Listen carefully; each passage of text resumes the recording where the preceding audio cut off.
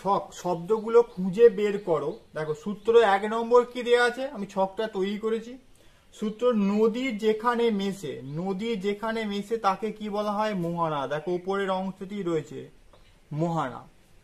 2 নম্বর, যে নদীতে সারা বছর জল থাকে তাকে বলা হয় নিত্যবহ নদী। খুঁজতে হবে নিত্যবহ নদী, দেখো এই অংশে আছে নিত্যবহ নদী।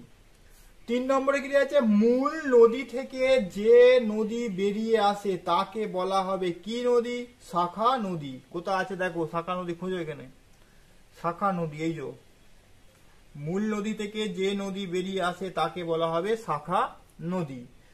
4 নম্বর, শুষ্ক অঞ্চলের সুগভীর গিরিখাতকে কি বলে? শুষ্ক অঞ্চলের গিরিখাতকে বলা হয় ক্যানিয়ন। কোথায় আছে দেখো শুষ্ক অঞ্চলের গিরিখাতকে বলা হয় ক্যানিয়ন। খোঁজো এখানে কোথায় আছে,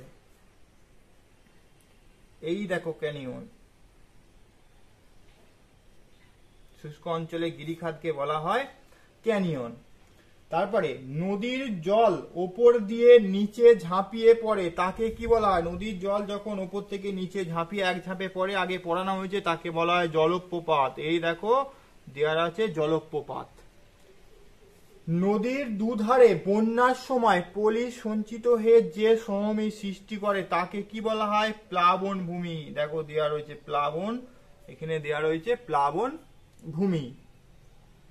উচ্চ প্রবাহে, মধ্য প্রবাহে ও নিম্ন প্রবাহে নদী যে কাজগুলি করে, উচ্চ প্রবাহে নদী করে কি কাজ? উচ্চ প্রবাহে নদী করে ক্ষয় কাজ, ক্ষয়।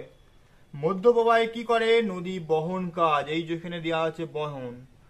আর নদীর নিম্ন প্রবাহে নদী করে সঞ্চয় কাজ। সঞ্চয় কাজ কোথায় আছে? এখানে সঞ্চয়, সঞ্চয় কাজ, এই যে